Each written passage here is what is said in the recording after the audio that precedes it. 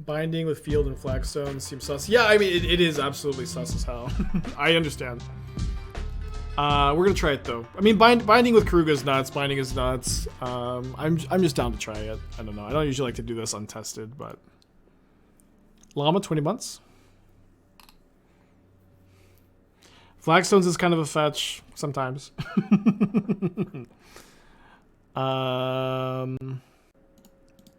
Binding also just like, you know, staying in play and like just make sure Keruga's stronger. Which is interesting.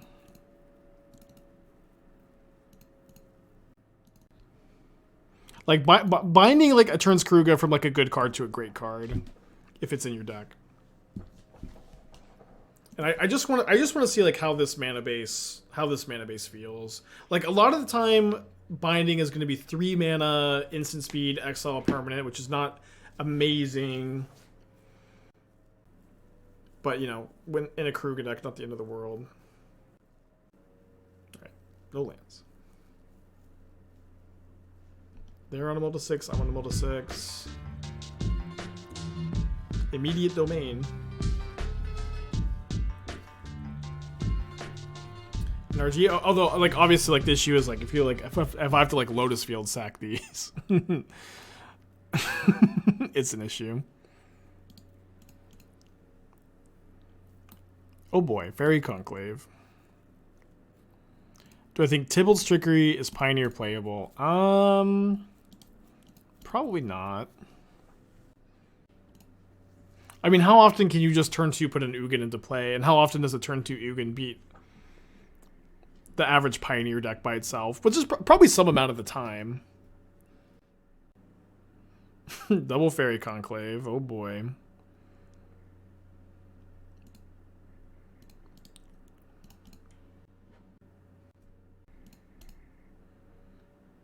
I wonder if there's a way to break it. I don't know. I don't. You got me thinking a little bit, huh?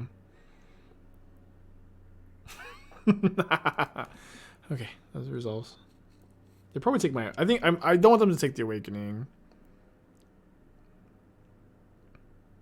The secret is to run 1,000,000 payoffs in Tybalt's Trickery combo. So like, your deck is just like 0 drops, Tybalt's Trickery, big payoffs. I don't know. I don't know, man. There are 7 different 0-drop artifacts. Yeah, but like the problem is like, don't you just play one of them all with the same name? Isn't that the strat so that you're not like hitting other ones, but then you can still hit a Tybalt's Trickery. Shadowborn Apostle.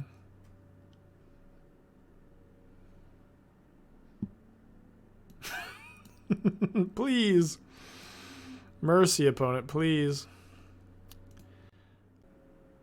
I mean, Shadowborn Apostle, like, actually seems reasonable. And then you get like, you play, like, you know, the Sultai Ultimatum, probably. 4 of the Sultai Ultimatum, and, like, hit tutor targets for the Sultai Ultimatum. Omniscience. Well, you play Sultai Ultimatum, Omniscience, Ulamog, and I don't know. You play all the big stuff, like Koma Ugin, Umalog, Omniscience, just all tutor targets for it. Yeah, I don't think that I'm that into just like main phase binding this click. I'll just Keruga here. Emergent Ultimatum can't get Ulamog. Why can't it get what can Emergent Ultimatum not get? I thought it was any spell. Monocolor cards. Oh, okay. It's not as good as I thought it was. So, but maybe you get like, can you win with like, is there a pile that just wins? Like with Omniscience, the card draw spell that draws. It would have to be something else. Sorry, the card notice what the draws. The 7 mana target player draws half their library. Typical bio with Liliana, Vorinclex, Valky. Yeah, peer. Yeah, is there a pile of Peer into the Abyss that just wins the game on the spot? Like Peer into the Abyss, Omniscience, something else. Like I know in Lotus Field they play Pour over the pages, but I don't think that's exactly what I'm looking for.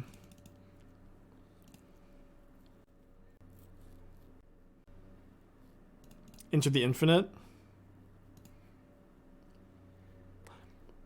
Yeah, I'm ideally, I guess, like trying to think about like Omniscience or Peer into the Abyss targeting your opponent, right? Behold the Beyond. I guess that doesn't really work. Shieldred, Omniscience, Peer. So they give you Omniscience, Shieldred, and you do nothing. Dude, my opponent is what is modern? My opponent is just like literally playing 3 Vendilion clicks.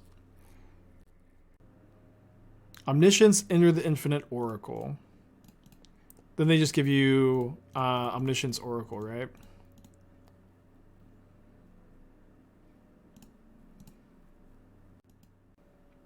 Yeah, I know. I'm also like all over the place here, right? Wait, they don't even take Keruga? The disrespect. Behold the Beyond. Peer, Shieldred, Enter the Infinite. They just give you Shieldred, Enter the Infinite. Then you put a card back. Then do you win next turn for sure? Yeah, so they give you Shieldred, Enter the Infinite. No, they give you Peer into the Infinite, then they get to draw half their deck. Sure, hopefully someone in chat can figure it out because I can't figure it out right now. But it's on mono blue main land. It's also like you really don't want to like Tybalt's Trickery into Shieldred, do you? That kind of seems like potentially disastrous.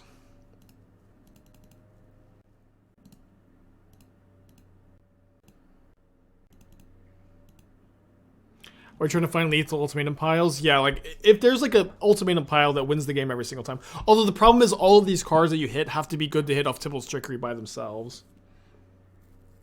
Otherwise it doesn't work.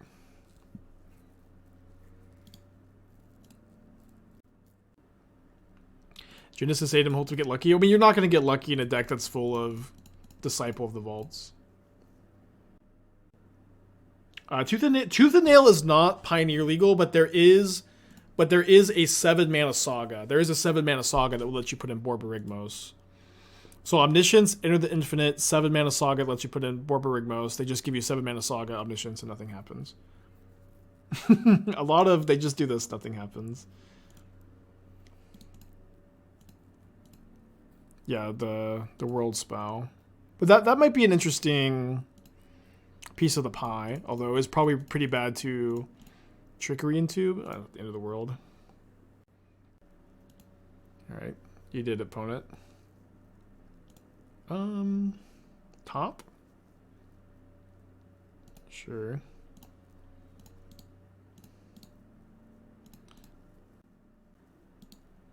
What about Ultimatum? Activate Apostles, get a big demon. There's no good demons in Pioneer. Dreadhorde General, Vorinclex, extra turn. Yeah, that might just be good enough.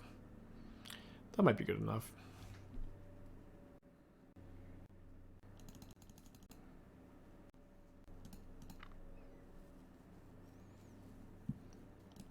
Alright, 4 more cards drawn with Keruga.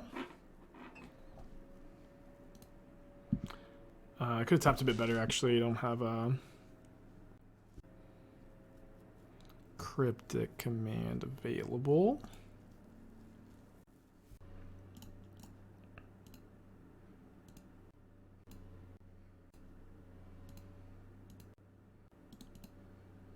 I mean, you guys could type Pioneer Legal Genius in the chat. None of them are good enough. I promise none of them are good enough. Bells and Lock, Xander, none of these cards are good enough. Or like even like close. Breadstone prevents Hall. I mean, I'm just like not bothered, I think, by the Hall at all.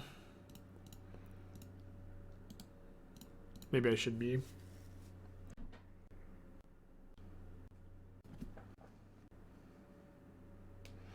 All runs Epiphany, Omniscience, Season Past. I mean, they just Omniscience, all runs Epiphany, your deck's all Disciple of the Vaults.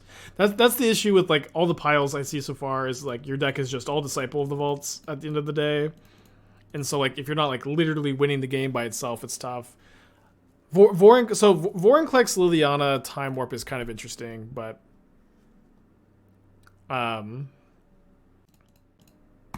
whatever you decide, whatever your pile decides to be, like this is the issue you have to solve.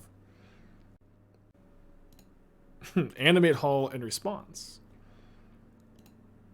Good line. Yeah, Vorinclex plus Time Warp isn't, you know, just game or anything. Although on turn 3 it's very good, you know, but it's probably not good enough. Like, and also like Ugin seems kind of crazy. So like it is possible you're just supposed to be like 4 Temple's Trickery, 4 Ugin, 12 Disciple of the Vault, and that's your deck. What are you trying to solve? So some brilliant first time chatter. I don't know. I can't remember who it was. So we're talking about Tibble. Someone said, "What about Tibble's Trickery and Pioneer?" And like most of these Lost in the Sauce, I go, it's not that good. And then we start thinking about it. And some brilliant first time chatter is like, oh, what if you play Shadowborn Apostle? Which is, I don't know if that's something people have done, but it's like the problem with like Tibble's Trickery is like you have to find that puts us, are you on a fetchless Sienna base? Yep. Cast Shadow of Doubt. I shouldn't have given them the info. Now that I knew they could just cycle the Shadow of Doubt. You can tell first time chatter. Yeah, it pops up for me. I thought it did for everybody, but maybe just me and mods. But yeah, you can see what a first time chat is. But with Shadowborn Apostle, you can like pretty consistently mulligan for Tibble's Trickery plus Shadowborn Apostle. It's going to be very consistent that you'll find both of those cards because you can play like 12, 13 Apostles, something like that. And then on turn 3, very consistently, Shadowborn Apostle, Trickery, you're on Apostle, and then you're more likely to hit an Ugin or some big payoff than something else. Although the more I'm thinking about it, the more I think it makes sense to play more payoffs, so you're like a lot less likely to hit a second Trickery, right? It's a setting mods can turn it on off. Yeah, I like it. I like to, you know, respond to first time chatters when I can, when they, you know, at least have something good to say.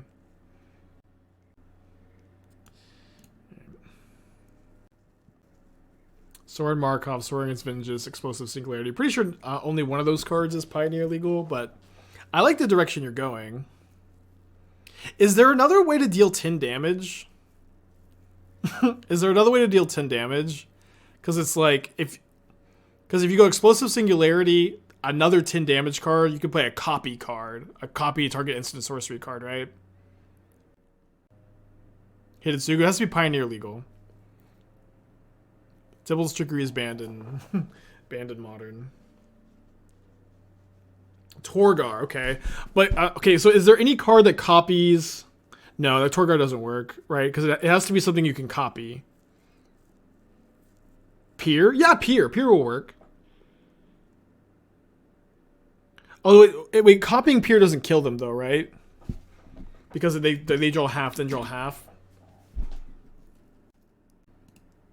Also, like, this isn't going to work as a pile, because you're, like, it's just not going to be that consistent, but it'd be, like, pretty fun, like, YouTube video or something. Yeah, like, you can't Trickery into any of these cards. But it would be, like, very fun, like, YouTube video.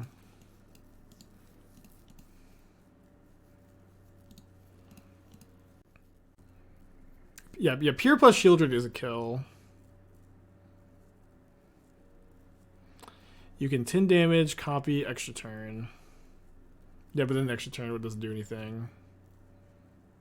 Yeah, Soren's Vengeance isn't legal, but if it was legal, we'd be in there. I think, like, if there's an instant or sorcery that, like, or a card that somehow can copy... Yeah, Pier just doesn't work, because if you copy Pier, they just, like, they take 3/4 of their life. It's a fun conversation. Maybe not the most productive, but fun. Okay, so I'm going to go just tap land this turn into Flagstone's Blood Sun. Yeah, we know that one. Yeah, we know that that's the one we're trying to find another effect. Is Ulamog. So for Sultai Ultimatum, apparently the card is just one color. I thought it could get any card. It has to be just a single color card. Or you're playing Mono Black Nykthos with Pure and Shielded. We're just trying to see like if you could win the game on turn 3 in Pioneer with Tybalt's Trickery. I mean, you know, if there's like a pile with the Sultai Ultimatum that just wins the game immediately. Omniscience, Epiphany, Copy Spell. Yeah. I think none of the Omniscience piles win the game immediately, from what I can tell. Fight with Fire. We have to kick it though. Volcanic Vision. How much mana is the other one? Yeah, how much mana is the 10 damage spell? Is that 10 mana? Oh boy, hopefully this they don't force of negation.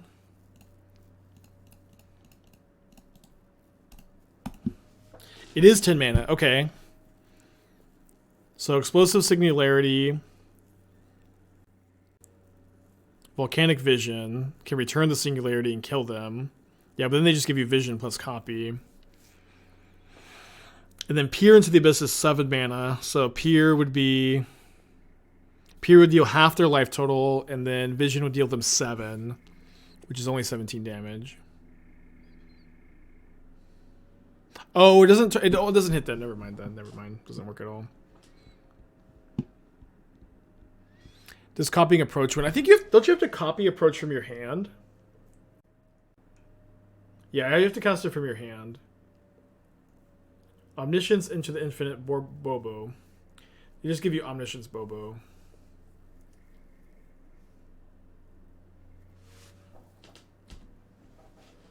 This is a fun puzzle. It's a fun puzzle. It feels like there's got to be something, right? But maybe there's not.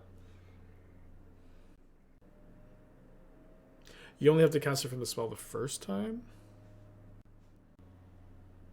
Yeah, it would have to be something that casts the copy. I don't know if there is something. I was asleep. What's the question? Is there a 3-card pile that you can get with the Sultai Ultimatum in Pioneer that wins the game immediately? This is the puzzle we're trying to solve. Which is a fun puzzle. My Cryptic Command getting Test of Talents. Awesome. Omniscience, Internet Infinite, something else. Well, thank you. as what is the something else? Because we've been trying to figure out what the something else is for a while now, and we can't find it. Define immediately. These 3 cards have to win the game by themselves. Because the idea is that you're trying to record a YouTube video for content with Shadowborn Apostle, Tybalt's Trickery, try to hit Sultai Ultimatum, and win the game immediately. But creature-based combos, Zenigos, Worldspine. What's the 3rd card, right? Oh yeah. It also has to be all monocolored cards because it's the Sultai Ultimatum. Okay, so let's start off with a Valakut Awakening here. Draw 5.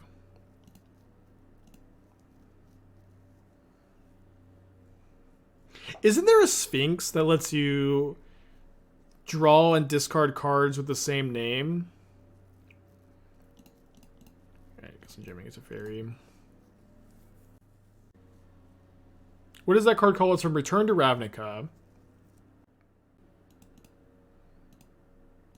Sphinx of the Chimes. So if you're playing a Shadowborn Apostle deck, this will let you loot through your deck really quickly, right?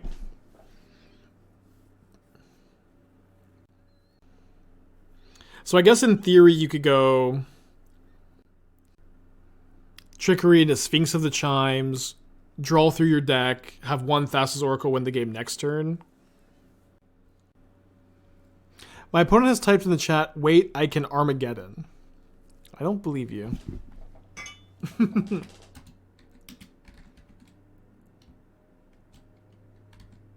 Oh.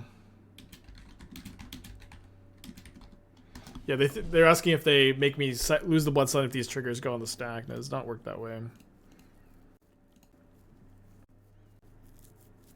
Yeah, people have suggested Liliana, Dreadhorde Omniscience, which is like, you know, something. But the problem is, I think Pioneer is maybe like too high power level for that to like actually work.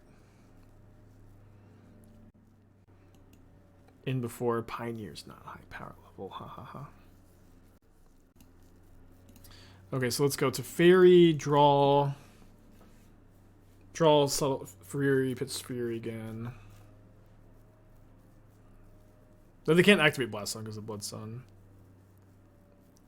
Oh, they're talking about Blast Summon 0. I mean, they can't even activate it. Okay, so I guess I am going to go Ice this, then Fury the Merfolk. Can Keruga next turn draw 1 card.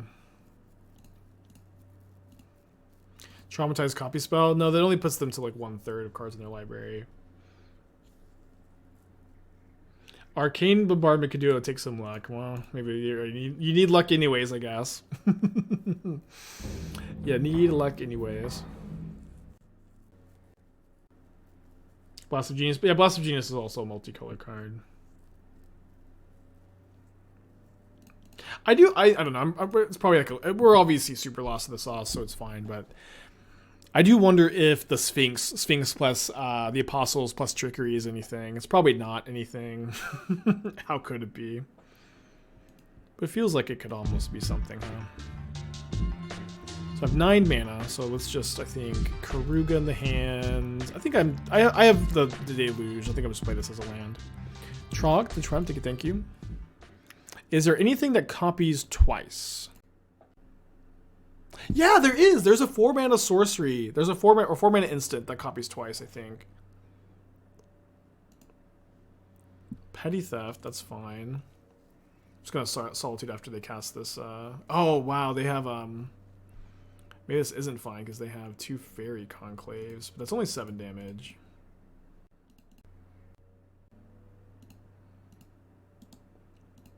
Copy that spell or twice, you mean? Okay, so I'm going to 1. Vengeance isn't Pioneer legal. Wait, why doesn't repeated reverberation work? It has to resolve before you cast the next spell. Why is that a problem? Don't you get to choose the order that you cast for the ultimatum, right? You get to order them. Like the ultimatum, I may be understanding, but the ultimatum you get to put it on the stack and then choose the order it resolves. Is that not how it works? Ulamog's not a colored spell, but you could just Ulamog, yeah. You could just put an Ulamog into play. That's probably fine. Seems fine, right?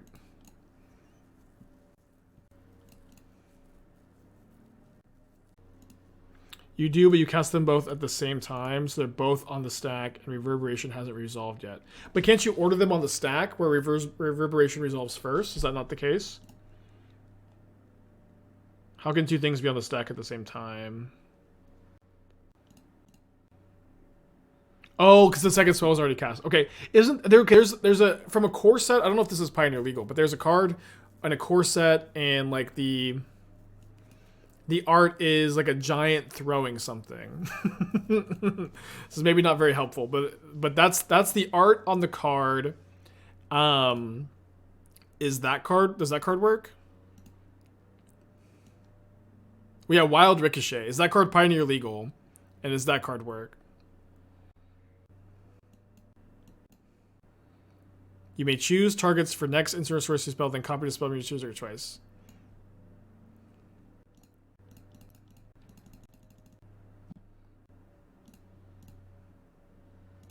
Wild Ricochet is a trap from Ravnica 1. I don't think that's true. This is the card. Yes, M14. Okay. You may choose new targets for instant sorcery spell, copy that spell. Oh, no. So, no. Yeah, sorry. You choose new targets, and then you copy. Doesn't work. It's not 2 copies. Alright, dead aboard. No, Blood Sun turns off the conclaves. Damn it. Wizards is like, we totally planned for this the whole time. There's no 3-card pile that gets the job done.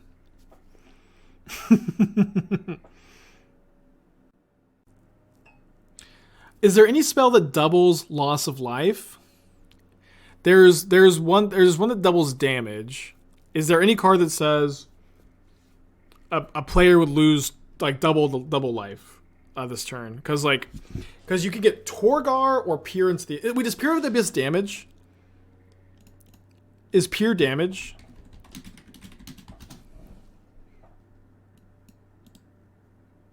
Lose life. Veto, target opponent, when you have your game life, they lose that much life. Yeah, insult to injury.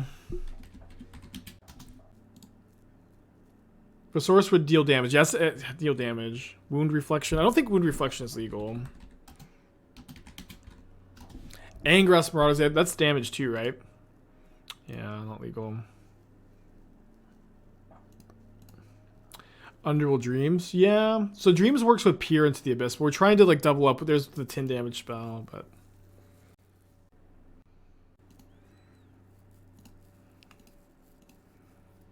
Veto. Yeah, maybe there's something with Veto. I thought Dictate. Surely Dictate is damage too. Hopefully this Keruga resolves so we can up the Keruga card draw counter. Yeah, the problem with Warlock class is you have to level it up first. It's too slow. This is a fun. I always love fun puzzles like this. It's also like always, you know, for matches like this that are like I don't know how much there is to say about this match, you know. Maybe there's some stuff to say.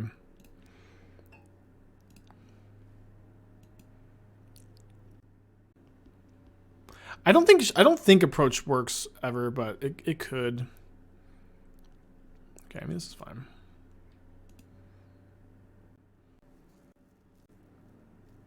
Thank you, Dr. Doom. Possibility Storm, Bolas or Ugin, Planeswalker tutor card. Oh, I'm so lost. I'm just broken. Approach Peer Omniscience. Will they just give you Omniscience Peer, right? Or Peer Approach. Yeah, it doesn't work. Those four more cards for Keruga, right? Okay, so Binding bad actually because we're discarding them even though they're 1 mana. Peer Dark Deal. It's fun. It is fun, yeah. Wait, Peer plus Dark Deal is a kill, right? If you Peer them, they draw half their library, then they Dark Deal, draw their deck, and then they die on their draw step. I don't know if that means. Dictated Twin Gods to double damage. I mean, the problem is there's not two spells that deal till damage in Pioneer. There's one that deals 10. There's one that makes you draw your library, you lose half your life. There's a creature that makes you go to 10, but the double damage doesn't work for those cards. That is funny. Dark Deal plus Peer is a win. It feels like we're getting closer. Wait, they're not going. They didn't go for the kill. Oh, sorry. I'm at 6. Never mind. It's not even the kill. Not even the kill, huh? Oh, could have touched end of turn or on their main phase to draw more with Keruga. Peer, Dark Deal, Shield Red. They just give you Shield Red, Dark Deal.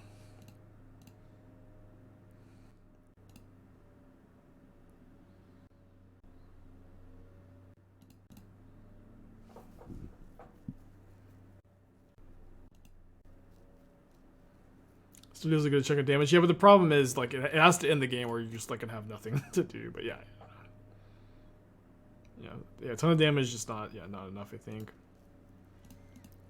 Alright, let's get some Blood Suns in play. And I have surely no ulterior motives for casting so many Blood Suns. Especially not ticking up the cards drawn with Keruga counter. No, my opponent's conceding. I guess these wouldn't have been honorable cards to add to the counter.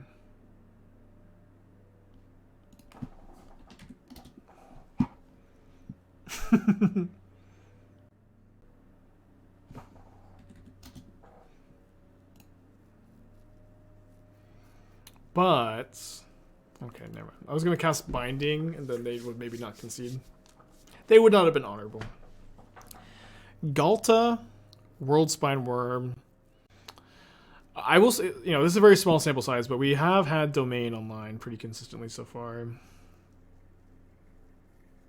Deal Peer wins. Yeah, Deal Peer wins, but they just give you whatever the third card is. I don't think there's a third card that wins with both Deal and Peer, right? Explorer is still plagued by my mono red field deck. Field? You mean just fires? Did you ever play a mono red field deck? I don't remember that. Maybe I did. Easy to forget. I'm going to play Flagstones here, though, so I can go second Flagstones and not have Flagstones. Oh, no, I have to play this as the red source. Never mind.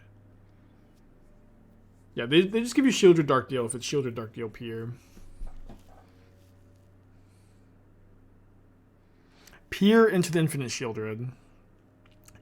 I mean, like, what do you do if they just give you Peer into the Infinite? Don't you just lose?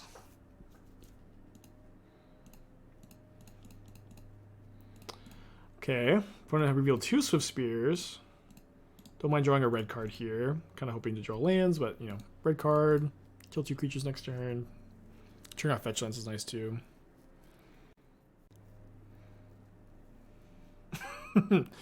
Yikes. I've played a lot of this deck over the last couple years. I've never had the tension between Flagstone's Blood Sun be as bad as it is like this game exactly. That being said, we're doing pretty good still.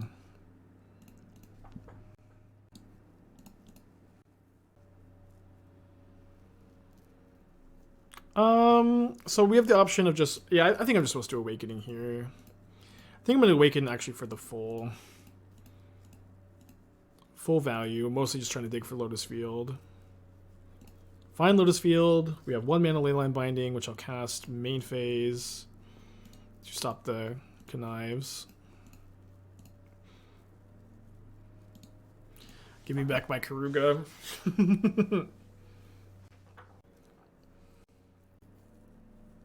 Tarask is Hasty Tintin. You play... Oh, wait, Tarask has Haste? It's a 10 mana Haste? That's kind of nuts. I had no idea it was 10 mana with Haste. Yeah, so you could get Torgar, Fiery Advance, the 10 damage spell, and Tarask. It has Haste if you cast it. And you do cast it. I mean, that's 20 damage.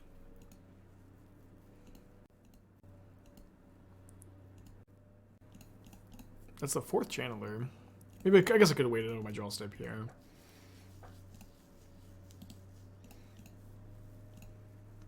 Loses to a Tramp Blocker. It doesn't have Trample. It doesn't have Trample. Oh no. Well, but you get to fight. So you get to fight. You get to fight 1 blocker. I mean, I'm gonna hold these for Awakening. I have plenty of mana. Weird game. Hopefully we draw the Keruga we shuffled back in. I guess it's on the bottom. Okay, fine draw.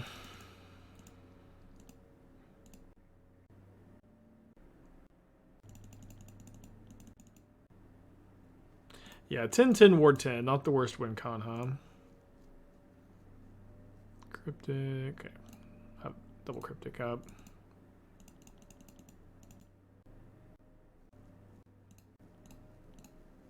Oh, sorry, don't. I keep thinking this Adatha Triumph taps for colors that we care about, but it's just a plains. Just a plains. But we finally found a way to deal 20 damage. We finally found a Tivil's Trickery pile that deals 20 damage. You're still like pretty likely to brick because you're gonna hit either another Trickery or one of your ultimatum targets. But we finally found it. You're probably best served just playing 4 Ugin, 4 Ulamog, 4 Trickery. Maybe 4 of another card. I don't know if Emrakul is good enough. Okay, we're on the draw against Prowess. We're gonna bring an extra Dead Gone, kind of Cryptic. Might play some Forces over Cryptics. I don't know if they have Blood Moon, so this is kind of like a nice hedge between the two. I thought about Kiora for the deck. Seems nuts with field and decent draw. I mean, you have like nothing that triggers it for draw, right? You have no 4-mana creatures. Judas' Ultimatum. I mean, Judas' Ultimatum is just gonna put like Apostles into the deck, into play.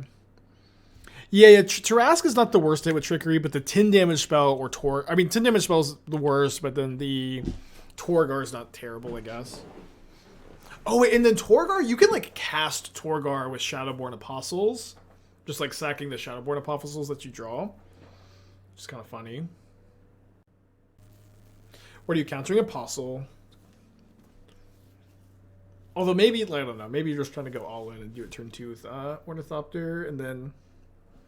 I don't know. Would it be a good YouTube video to just build a deck with Ornithopter, Tybalt's Trickery, and just play Pioneer games until you do it one time, and then that's the video? just like the goal of the video is to just like ruin one opponent's day. That could be fun. Just like, hey, I built this deck. My goal is to ruin exactly one opponent's day with a turn 2 win in Pioneer. There's no way to do it on turn 1, right? No, not really. You would have to go like... There's no red legend from Oxamber. Show none of your losses. Yeah, I'm going to show none of my losses, I think. I'll be honest, you know, obviously it's, you know, it is what it is. That would be a good stream. I feel like it'd be way better like to like cut out all the like all the wasted time. Oh, there is Zergo. Okay, so turn 1 win in Pioneer. Turn 1 win in Pioneer. Zergo, Mamber, Trickery. Trickery into this pile. That's, you know, we did it.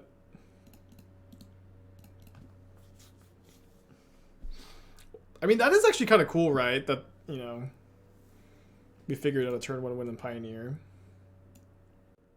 I guess I'm going to force this. Seems like it would take some time to to get a video of the turn 3 window. Yeah, we figured out a pile that wins. It's Tarask, Explosive Singularity, and Torvar, Orgar, whatever that card is. Or Peer into the Abyss. But probably not that, because they could draw a removal spell. Or I guess removal spell doesn't work because Tarask has Ward 10. You need 3 members. Yeah, you need 0 mana spell, but you know that is a turn 1 win in Pioneer. There is a turn 0 win in Pioneer. Oh, I guess you could do this turn 0 also with Leyline of Anticipation. No, you couldn't. You couldn't because you have to play a land.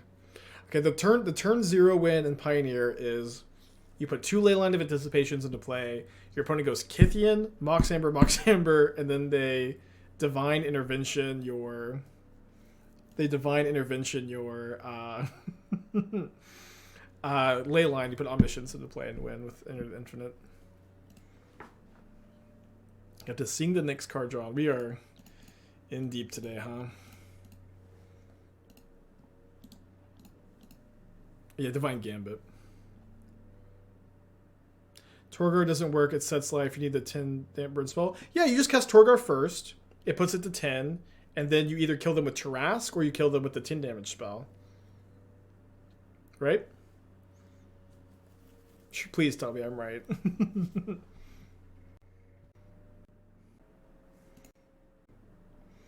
Yeah, that's what happens when you get Vendilion clicked. Okay, we have Binding Up. Keep the Binding Up here. So I'll put Keruga into our hand. Yeah, you can use Peer as well, but I feel like Peer does draw your opponent like their entire library. That's a little bit of a downside, right? Oh, sorry. Teferi, hero of Dominaria. Sorry. Spike told me there's a way to make Urborg Lurgoyf playable. I don't know, dude. It's not looking too good for our Urborg Lurgoyf. This is actually going to be a pretty good turn. I guess I main phase this player on Spell Pierce, and then Keruga in the hand. Control 2 with Keruga. Finalized list, ready to go for ready to go for the off stream.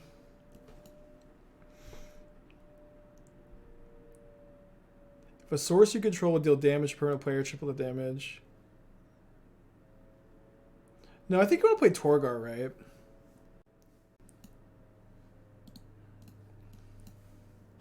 Although this is actually this is maybe like the correct way to build it. This is maybe the correct way to build it. You probably want to play 25 lands. You need to hit 3 lands for sure.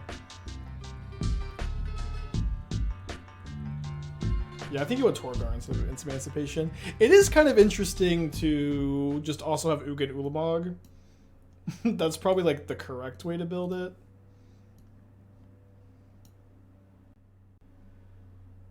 Persistent Petitioners instead of Apostle lets you Mystic Sanctuary back Trickery. I mean, but can you support Mystic Sanctuary and Pioneer? If Petitioners is 1 mana, I'm like open to it. But it's 2 mana, right?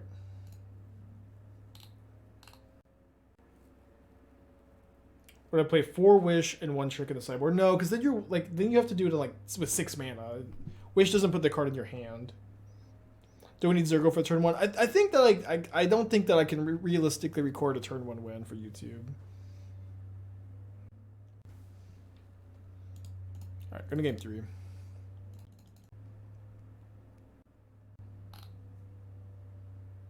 So like I think for the YouTube video, I'm interested in this, you know, plus or minus. Yeah, 26 lands. 14 Apostle sounds fine.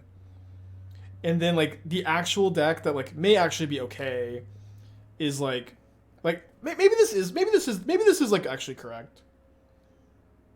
So you have 1, 2. Oh, what's kind of fun about Torgar is if you draw it, you can like actually cast this card with Shadowborn Apostle. But you have like Tarrasque I think is a fine hit. So you have like 5 hits that are bad when you Tybalt's Trickery. And you have 13 hits that are really good.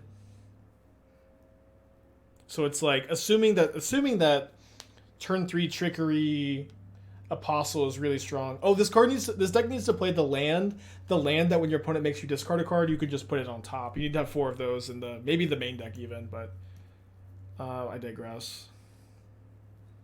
You need Demon for Apostle? I don't know. It's like you have to suck. You are never gonna have 6 Apostles in play. There's just no demons that are good enough. You're never gonna have 6 Apostles in play. I don't think it's Nephalia Drowned. I think it's Nephalia something else. But I do think you want to play like 4 of that card in the Thoughtseize format. So okay, so you have 5 bricks. Wait, don't play Peer into the Abyss. Don't play Peer into the Abyss. You just need 3, I think. Or is the idea that you have 4 so that if you draw 1, you can still hit the Emergent Ultimatum? I guess that's actually fine. And then if you like Tybalt's Trickery into Peer the Abyss, you can target yourself and do it again next turn. Okay, so and then Peer is like another good hit. So in this deck you have 14 good hits off Tybalt's Trickery. You have 5 bricks. What is the percentage that you are going to hit instead of brick? Can someone do the math real quick for me for that?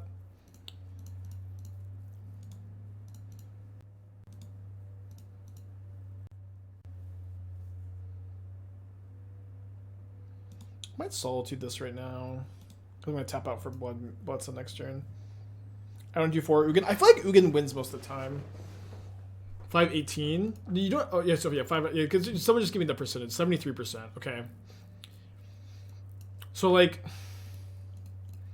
if that's just your win rate, 73%, like minus when they beat this sometimes have interaction, plus when you draw 2 Tybalt's Trickery.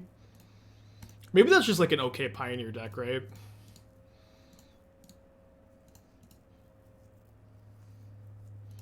Like you win almost every single time you hit. You get to go off twice in some games. It's for like a potential rebuy. Maybe that's just fine. Maybe I'm supposed to get the Zaga. Oh, I can't get Zaga Triumph. That sounds fun. Minus if you draw 2 hits. That's true. But also, like, you can hit something else. Like, you can hit the Ugin or Ulamog. There's also Binding and Pioneer. That's true. Yeah, that makes Ugin much worse. And Dreadbore, too. Yeah, Rakdos just plays a bunch of Dreadbores.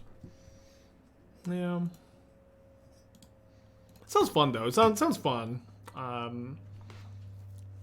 I doubt I'll stream with it. Maybe we'll do like a league on stream or something for fun, but seems like you know, I've been kind of interested in making like more YouTube only content, and this feels like the kind of stuff where you like I have to do the unfun stuff off stream, and so I just get to, you know, show you the fun stuff like on the video. No, I think I like playing the Ugins, right? I like playing all these Ugins so that you just have like a higher percentage of hits, and like obviously like you want to hit Emergent Ultimatum because that one's just your win. But if you're just playing Emergent Ultimatum, then you're not gonna and then you have like, your hits are like you're gonna break more than you hit, is the problem.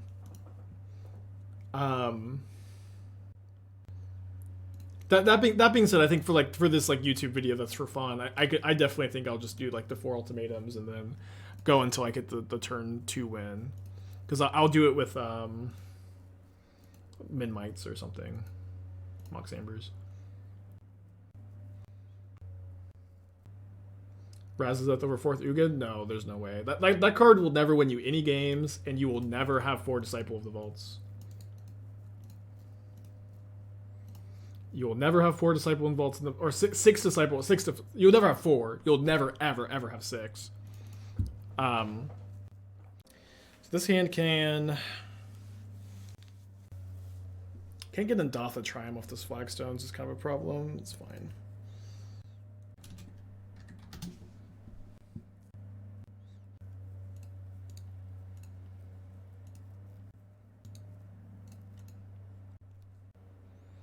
Rogren Triumph.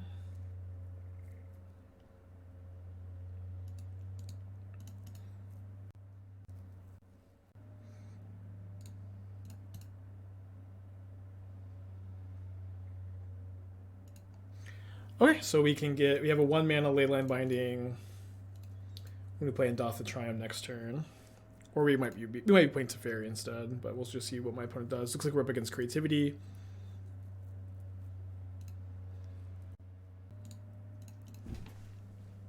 I guess Leyline Binding is just like the easiest card to enable, huh? just easy to enable. Obviously hoping they just like tap out for Fable this turn. I can go to Fairy, Dead Gone the token or something. Although then I would leave myself open to Creativity, I guess. Yeah. Binding was definitely like, you know, not a card that was designed with Modern in mind, I imagine.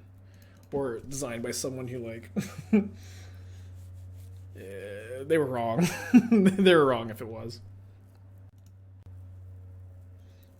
Yeah, and then I think like binding just probably is like pretty castable in Pioneer, but I'm not sure exactly what your shell looks like. Although I guess you could just play this deck in Pioneer, right? Potentially. Okay, so I can go 1 mana binding this, and then they play 2 Steam Vents, right? Creativity players, I need your help. You guys play 2 Steam Vents, right? I'm like 99% sure.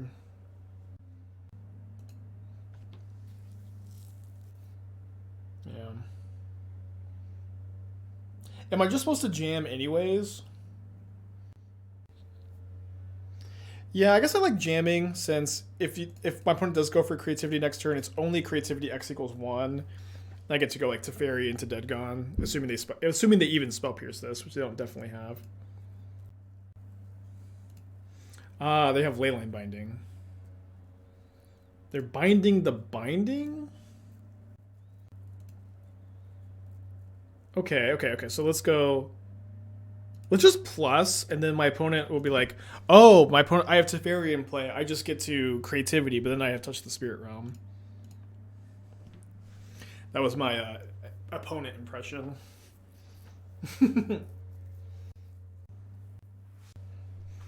Oh, I have Teferi, I'll be fine.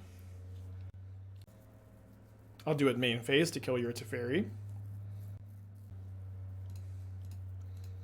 Boy, does it feel good to stop a creativity through Teferi. Boy, does this feel amazing. Just exile the token? Yeah, that's the plan. I thought that was clear that was the plan. I guess not.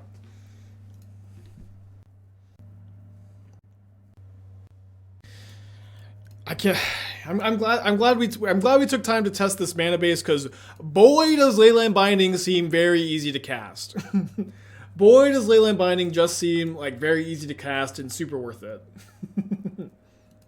Or I'm actually, maybe I'm supposed to just do this. I don't know. Whatever. But I'm glad we took the freaking time, huh? I'll be able to pay for Spell Pierce, I guess, or try to. I think I'm gonna get Blood Sun, touch the Spirit Realm here. Yeah, you do have Flagstones. Flagstones does help assemble a little bit, but and also, like, you know, we're only 3 matches in. Binding has been like very consistent so far. It could definitely be the case that we're just like running really well. Don't forget. Winning game 1 feels great when I get to bring in 4 forces, 2 Orvars. Got the Dead gone. Gonna cut the Furies, I think.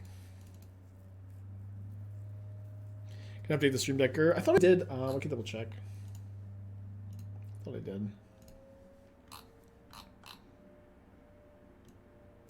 Yeah. So yeah, I know. For like the last couple of weeks, I've been saying, you want to play Orvar. You don't want to play Orvar when you have blue or white mana, right? You want to play Flusterstorm or Hallowed Moonlight. That's what I've been saying. This is an exception to the rule because you're playing Keruga. You don't want to play Flusterstorm, Hallowed Moonlight because you lose Keruga. So in the past when I've said it decks with blue or white mana, you don't want to play Orvar. That's because you want to play Flusterstorm, Moonlight, Invasive Surgery, Containment Priest. You can't play any of those cards with Keruga, so we're playing Orvar instead.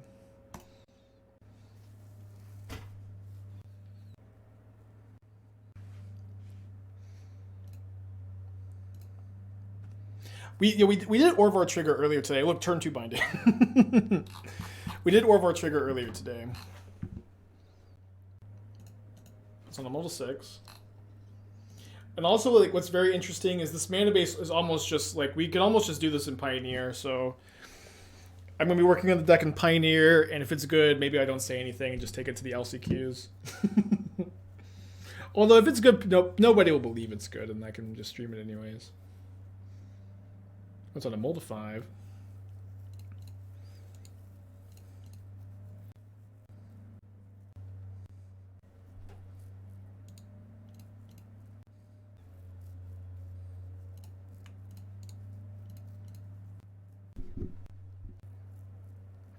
Did the deck change that much? The bindings? We had to change the mana a lot. So like the fast lands are decks that I really like in this mana base.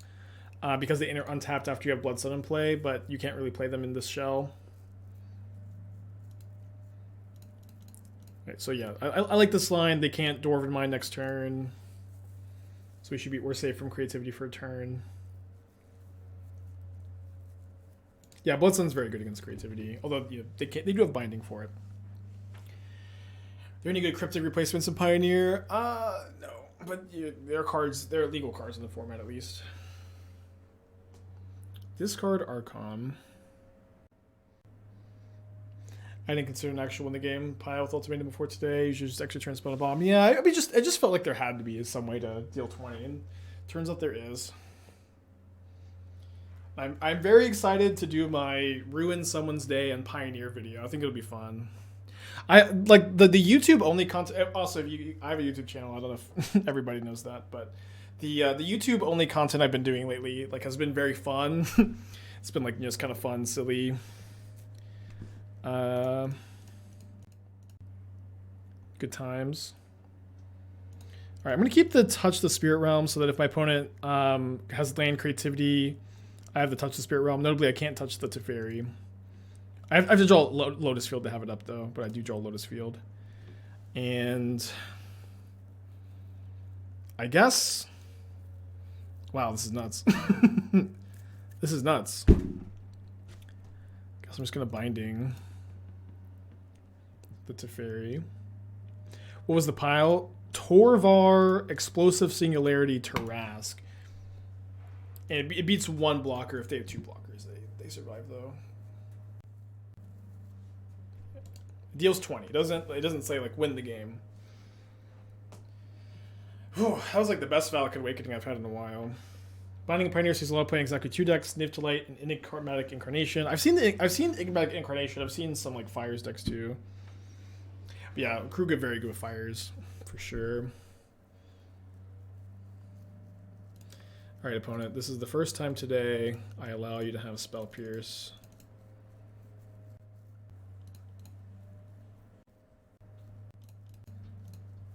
Who would have thought that adding Leyline Binding to a deck would have made it better, huh? Blood Sun does not prevent Besage Channel, which can be an issue. It's kind of funny that they're playing the fetch land mana base and their binding costs 2 mana. And mine just cost 1. Notably, but I can't do anything. Oh, no, I can. I have the channel still. But the thing is, like, even if they do creativity, like, I want them to because I have Orvar. Just in good shape. They're trying to besage you for 1 mana. They can't. It costs 2 right now. We have 4 bindings in the list. I did obviously think about playing. Oh, there's just... Okay, it's fine. I thought about playing 3, but... Just play 4 bindings. The card's broken. Just actually broken.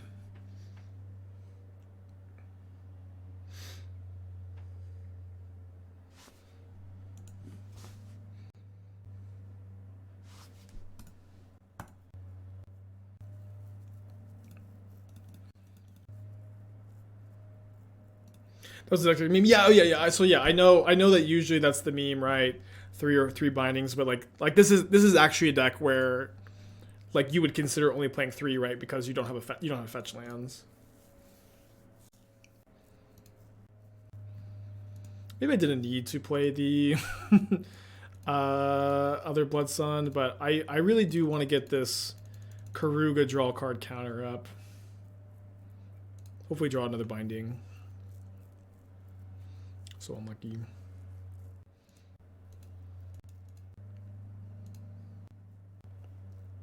I guess I could have touched again.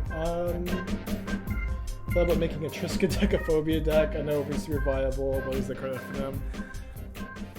Probably better to play Hidetsugu second, right? But I also haven't really thought about it, but thank you for the dono. Max 14 months, thank you. I gotta update the counter. 31 cards drawn this stream with Keruga.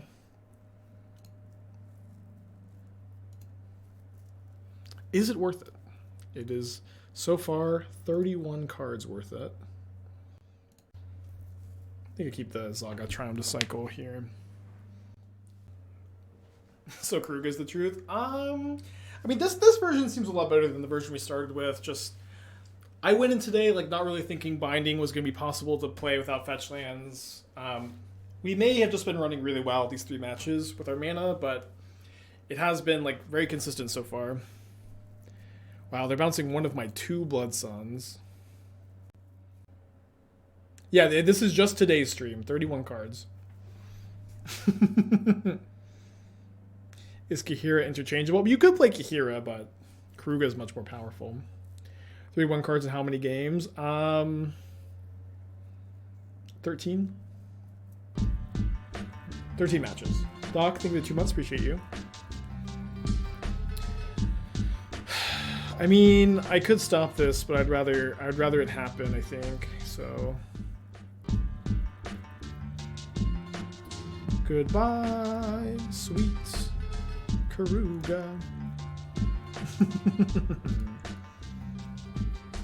Could have sacked the Teferi, I guess. 3-0. Okay, so this is turn 2 binding. No blue mana. Cryptic Command in the hand. I'm going to keep it on the draw, though. Sacred Foundry. Ragavan. Sacred Foundry, Ragavan. Oh, there's 1 mana binding on turn 2. It's gonna take a hit, I think. If they turn 2 Blood Moon me, so be it. I'd prefer for them to play into my Fury a little bit. Could take a hit.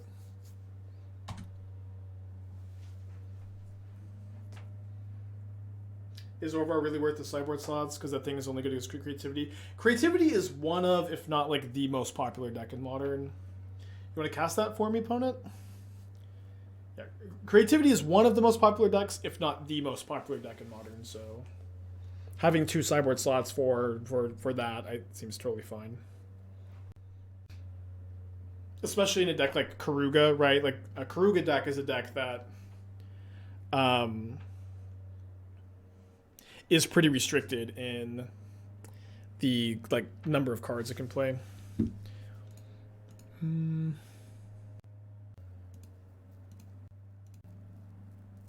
Oh, sorry. I was supposed to Fury Torakavu first so that I could.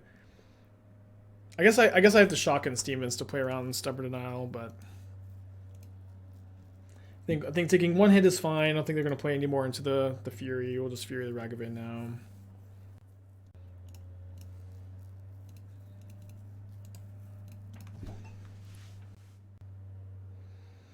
To put a Keruga in my hand next turn. Notably, Triumph. This Triumph does cast Keruga.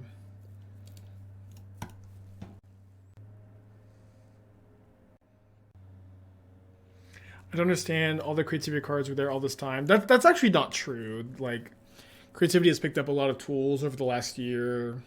Fable of the Mirror Breaker, Leyline Binding, Boseiju, but it is also true. Like Modern has just like never been a solved format like since MH2, despite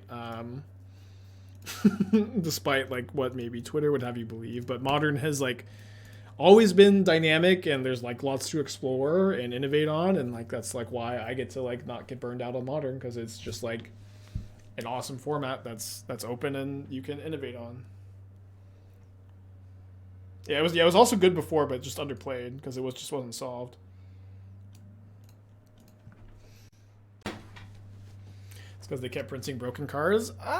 You could have the take. I feel like since MH2, like the way that standard sets have been impacting Modern since MH2, I'm a huge fan of, where it's like very consistently a handful of cards are like an upgrade to Modern, and like it's just really not. It's really just like not a huge change every standard set like it used to be. Blink twice if Watsy's making me say this. Yeah, nobody believes that someone would like Modern Horizons 2. I guess on the play, I don't need both Dead Guns. On the draw, I'll bring the other one back in.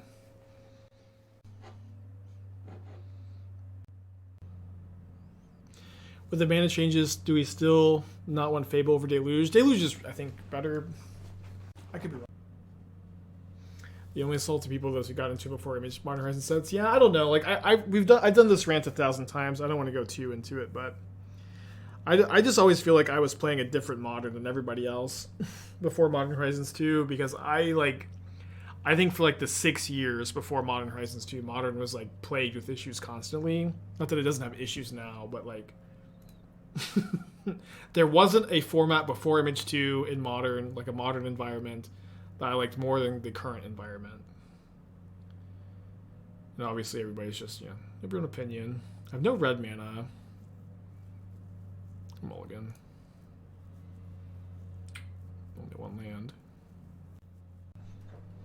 Like, I think people like really liked the twin birthing pod era, and like, like twin birthing pod John Affinity. I think that was like a pretty popular era.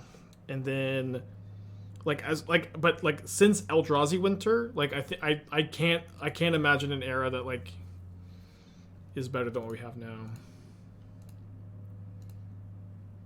But I think that the only time you could do is like when Twin and Pod really go like Eldrazi Winter, which is many years ago at this point. Unicorn, 6 months, thank you. Yeah, half a year does pass by quick, huh? I think I play Flagstones here, so if I draw another Flagstones, I can play it before I Blood Sun.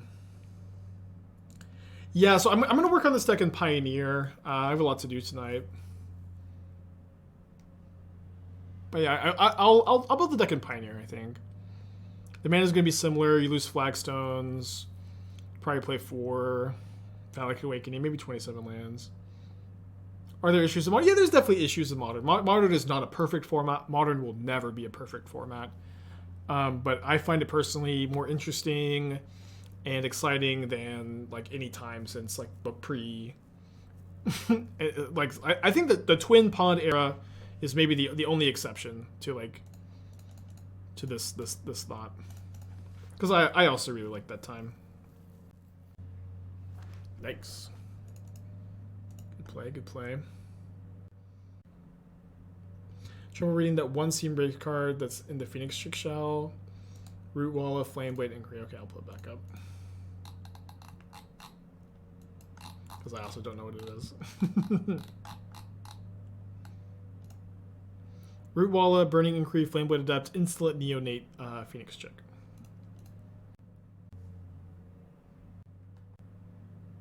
Okay, not casting Ragavan.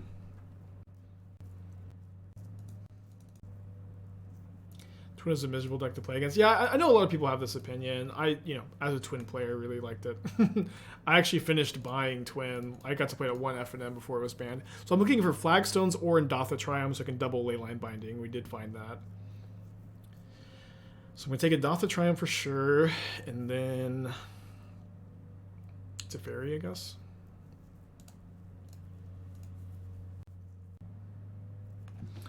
I dislike that Image 2 plus recent sets invalidate a lot of other stuff. Yeah, I agree. Like again, like that is a problem that Modern has. Is like the Image 2 cards, like in a perfect world, like Image 2 would like be like they live in harmony with the old cards. But obviously, like the newer sets are more format defining than the older stuff. But like the reality, like I'm of the opinion that Modern very much needed the hard reset that was Image 2.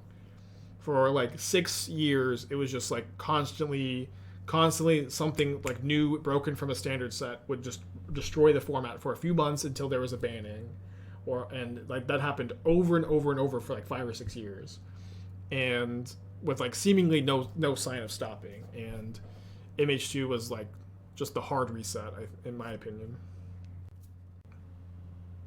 Yeah. MH2 price is too high. I don't know. I don't usually like to engage with the prices talk too much, because you can say this about any Magic format, any Magic set. Modern, you can say this for Modern's entire history. It's too expensive. When I started playing Modern, Tarmogoyf was a $200 card. You know, Scalding Tarn. I bought Scalding Tarn for like $90 the first time I bought Scalding Tarn. It's also a lot of inflation has happened since then too. Like $90, is even more money than it is now. But it's just like I usually find it to be like not that productive, because it's just always true that it's too expensive. Just yes, you're right, but it's like there's no conversation to be had really. That is true. Image 2 really did tank the price of fetches.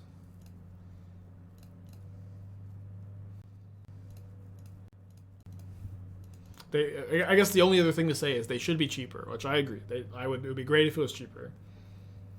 But, just only so many times you can have the same combo. Although, maybe I'm the wrong person to say that. Having the same conversations on stream every day for my entire life. Okay, we'll play the Teferi. We'll see if it resolves. This Lotus Field was a solid draw. I'm going to minus on the Brawler if it resolves. And then just get... I already have Rogran Triumph in play. I'm only playing one Rogran Triumph, so I guess I'm getting Zoggoth. No, I can't get Zoggoth. I have to get Ndatha. Or I could just get Sacred Foundry or Hallowed Fountain. I'll get the... I have triple blue. I'm overthinking this. We'll just get the Foundry. Just trying to figure out the sequencing. I'm gonna sell like 90% of my jank. Dude, like my friends... I never did this because I thought it was just ridiculous, but... Two of my closest friends at the time, who were also like getting into Magic at the same time, would sell plasma every 2 weeks so that they could afford Magic cards, which is like not a healthy thing to do. Don't do that. I don't endorse it, but like it's always broke college kids want cards. Wow, dead end of turn. Brawl, Revelry give me lethal cards, yeah.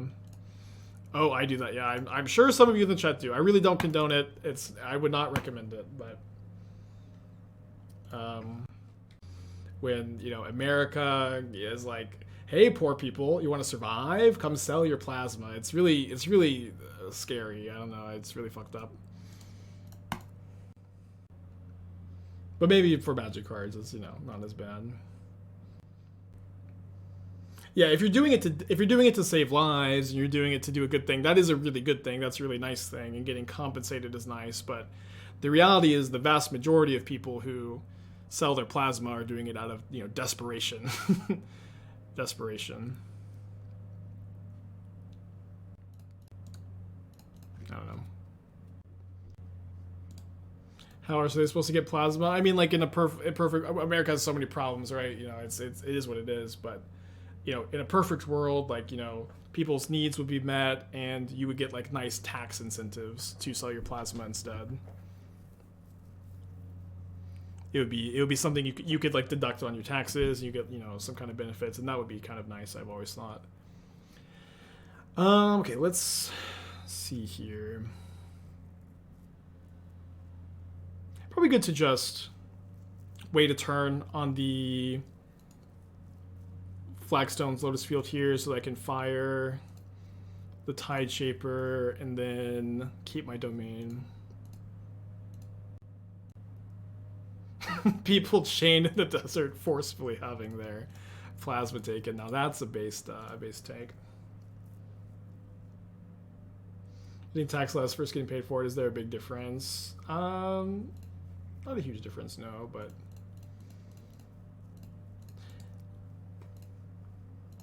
that's how I would do it. But it's also, like, you know, assuming like the rest of America functions, which is, you know, assuming a lot. Okay. Sack the Flagstones, Triome, get another Triome. I still have Domain, although I guess I can't cast Binding this turn, although thankfully my opponent's not doing anything. Why 3 Triomes? So we're playing no fetch lands, right? So in order to enable Binding, you just have to, like, draw these cards, right? You just gotta draw these cards. I love to donate blood if I didn't pass anywhere. Yeah, I used to donate blood pretty regularly, and as I got older, I started to get, you know, it just started to really drain me, so I stopped. But I used to do it a lot.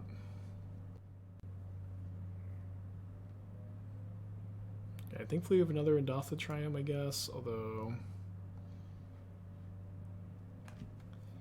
am I just trying to hardcast Fury? I'm a bit scared to cast Fury here. I think that I'm a bit worried about Subtlety, a card that my opponent I even feel like just almost definitely has.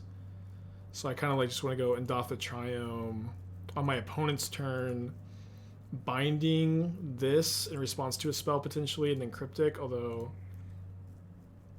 maybe I'll just binding. Okay. Binding it is. Into Keruga, draw 2 maybe? Or Hardcast Fury into Keruga, draw 2. What did we lose to? We lost to... We just picked up our loss to Domain Zoom.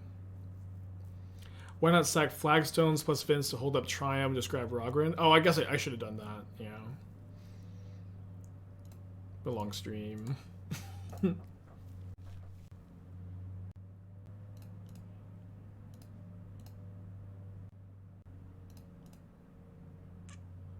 I had to play a deck for a big in-person tournament. I probably played the Gruul Breach so far.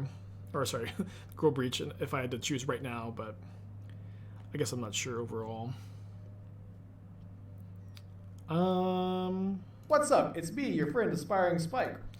I guess let's start casting Furies. I feel like this is like definitely getting Subtlety if my opponent's going to keep this one lander, but then they'll be down to just 2 cards in their hand, and I'll have Subtlety on top of my library.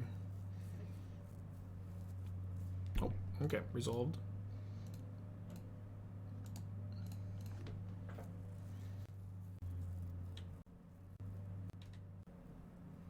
Oh, sorry, I didn't want to circle back to it, but I've thought about this before, and I feel like my point wasn't complete. So the whole tax incentive versus just being paid, the difference in that for donations is that you're not taking money from desperate people who are desperate to survive.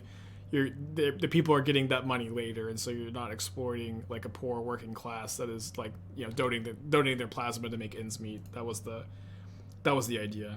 Okay, we can move on. But I've thought about this in the past, so I just like wanted to complete the thought.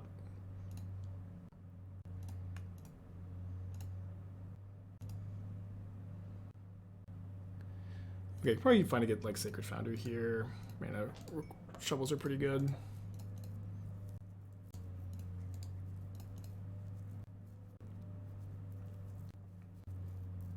Man, if we... Yeah, I know we shuffled away, but I want to be able to go Keruga plus Cryptic next turn. I think I'm okay losing the Teferi.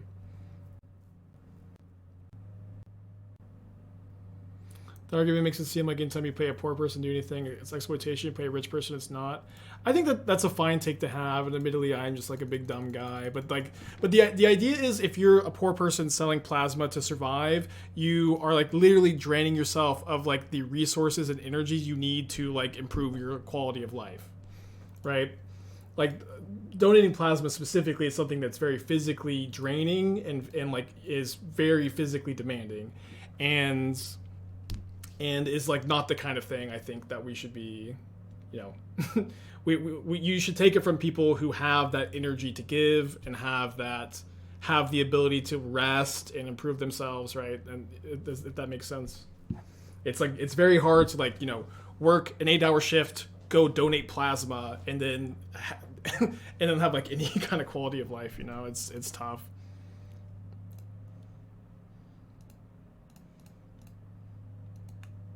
Yeah, and like you're way more likely to like, you know, suffer if you get sick from it too. And then your place out of Tarmogoyfs become you never get to use your place out of Tarmogoyfs that you bought from donating plasma either. Again, it's just the thought, just the idea, right? I'm also like, you know, a big dumb guy. Don't listen to me, but thought it might be good to at least finish the thought.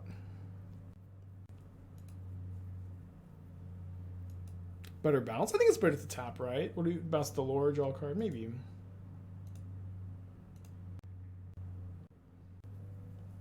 Okay, let's Solitude the Island Walking Lord while they're tapped out.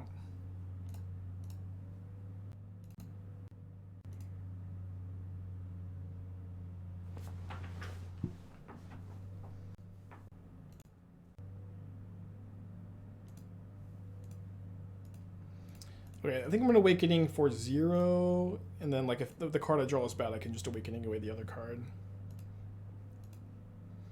And then start gaining life with Solitude. If they want to trade with something, that's fine.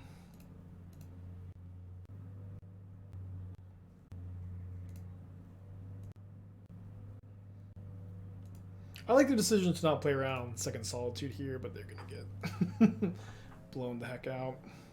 I have Cryptic Command up to answer like Subtlety or anything for this. How hard is the Leyline Splash been? Leyline's been really castable this league. I would definitely keep playing the Leylines.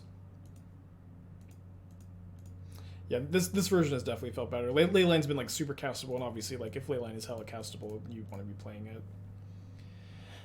I think I'm supposed to exile a non-Lord Merfolk so I can just block the 1/1 and eat it and keep my Solitude around.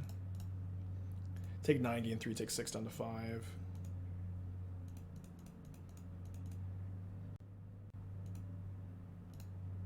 Yeah, the main thing you lose with Keruga in this version is Ephemerate and then like Chalice the Void, Rest in Peace in the sideboard, but it does genuinely seem worth it so far. Alright, I'm just gonna kill him in 2 turns, Cryptic Command, kill ya.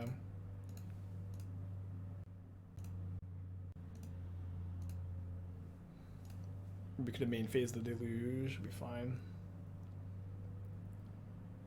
Probably should exile Adept if they're playing the copy land. That makes sense, yeah. I like the thought. Okay, so end of turn, I just go tap, bounce, Mutavault, and then touch the Spirit Realm, the blocking Mutavault.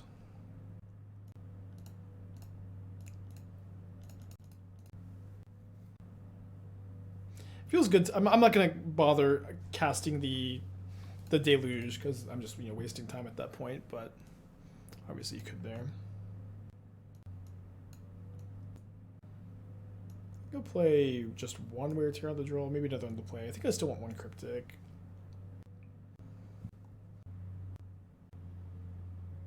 Stream's going late today. I mean, in theory, this is how long I usually want the streams to go, but just I don't know. I get my long streams like this long make my brain catch on fire, just like it's on fire today.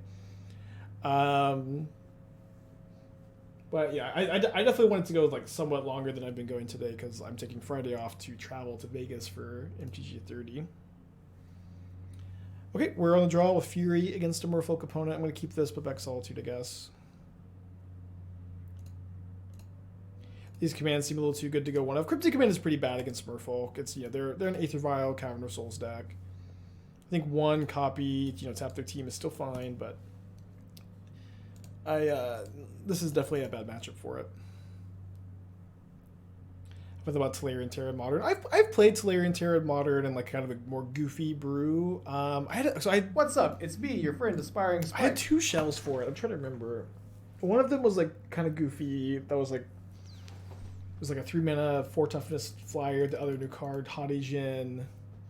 I had another shell with it. I can't remember. Tutors had a cool deck. What was Tutors playing? I'm trying to remember what the other thing I was playing with it was. It may have been like off stream. Oh no. Okay. Okay. Deck tech for super catchy. Let me see if I can find it. I remember what it was. It's better to show than tell for the other Tolarian Terror deck. This is a brew that never made it to the stream. I might not even have the deck still actually, but let me see.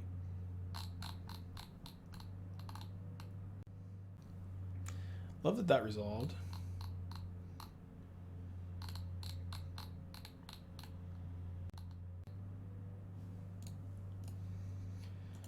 Hold on, I probably should do the deck tech. I just want to see if I can find it.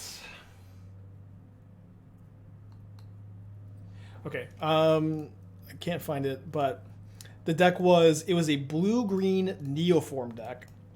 A blue-green Neoform deck that was playing Tolarian Terror and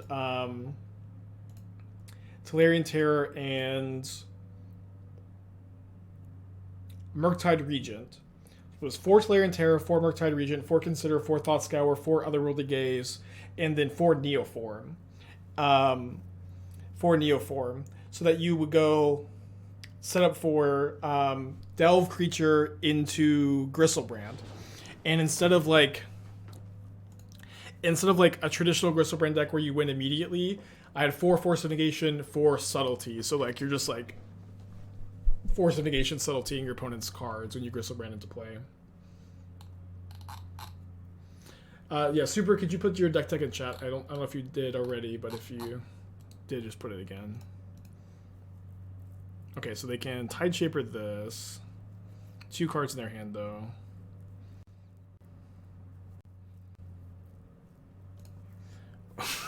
Not the worst top deck I've ever had.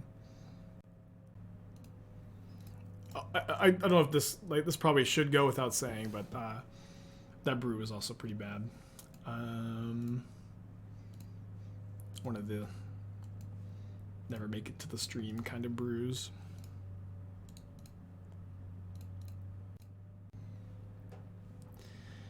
Okay, not the best here. I can potentially protect my Teferi by just channeling on the Master here. We'll see what happens. Okay, so updated Karn coffers. That's fine. I've been wanting to play 1 copy of Witch's Cottage to get back Golos or Archon in this mana base. I think that I might cut the Bog right now. I'm not sure. It's like you either cut Bog or you cut like just like 1 Swamp. I think cutting a Swamp is maybe fine too. They're sitting both at me. Should I just take 5? Oh, channel the Tide Shaper. Yeah, I guess channel the Tide Shaper, unlock the field. Still take the same amount of damage. What do you think about Gemstone? I don't think I would play more than one Gemstone. I could be wrong, but if you're gonna play Gemstone, I think I'm kind of into like -1 Gemstone +1 Urborg, where like you want to be able to naturally draw Urborg more often if you're playing Gemstone. And I've been kind of thinking about playing 3 Urborgs anyways. I wouldn't play Mind Sledge in the main. You can sideboard it. I wouldn't play Memory Deluge in the main. You can sideboard it. Oh, sorry, this is the Memory Deluge. Feed the Swarm. Sorry, you know, classic. Later stream, Brain on Fire. Nothing makes sense.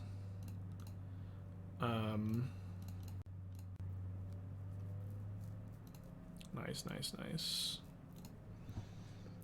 So I think I'm going to what am I solituting there? Upkeep? Yeah, so I haven't been like as big a fan of Liliana either, so I'd be playing the 4th Bloodchief's Thirst for sure, but I'd be on like I think 4 Bloodchief's Thirst, 2 Fatal Push, no Feed the Swarm, no Mind Sludge. You can sideboard Mind Sludge against Omnath and Control. Maybe Titan also, but you know it's kind of mid against Titan. Don't think you can really afford to play it too many other places. I don't think that you need Feed the Swarm. There are a lot of Blood Moons right now. I don't think it is like out of the question to play it, but I don't think I would be playing it. Just, you know, what's kind of nice about the deck is when your opponent does Feed the Swarm, you just kind of like you just play Magic against them, right? Get a bunch of swamps into play. Yeah, so like I would be moving to the sideboard if you feel like you really need them, not main deck them. +1 Thirst, +1 Push. Oh, sorry, you already have 3. You have 3 Push, 3 Thirst. Okay, so maybe still just +1 Thirst, +1 Push. Just play a lot of removal. Removal's really good right now. And then cut the 2nd Caverns, 3rd Urborg, and then cut a swamp for cut a swamp for a cottage, and then like see how it feels. But I think the cottage is good. Cycle.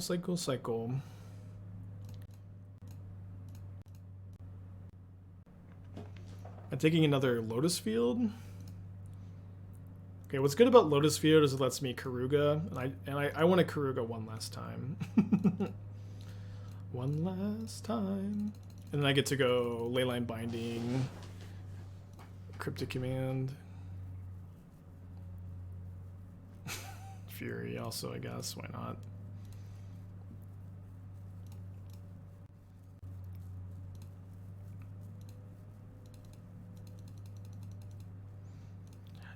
I've played a goalless version of this deck in the past. It would be something you could do potentially.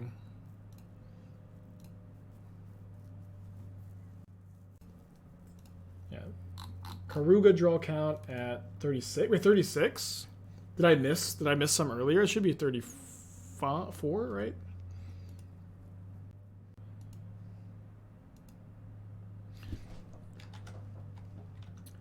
Okay, before we won that league, I will say that version felt much better than the version we started with today, so kind of excited by the list, honestly. I do wonder if this is going to be something.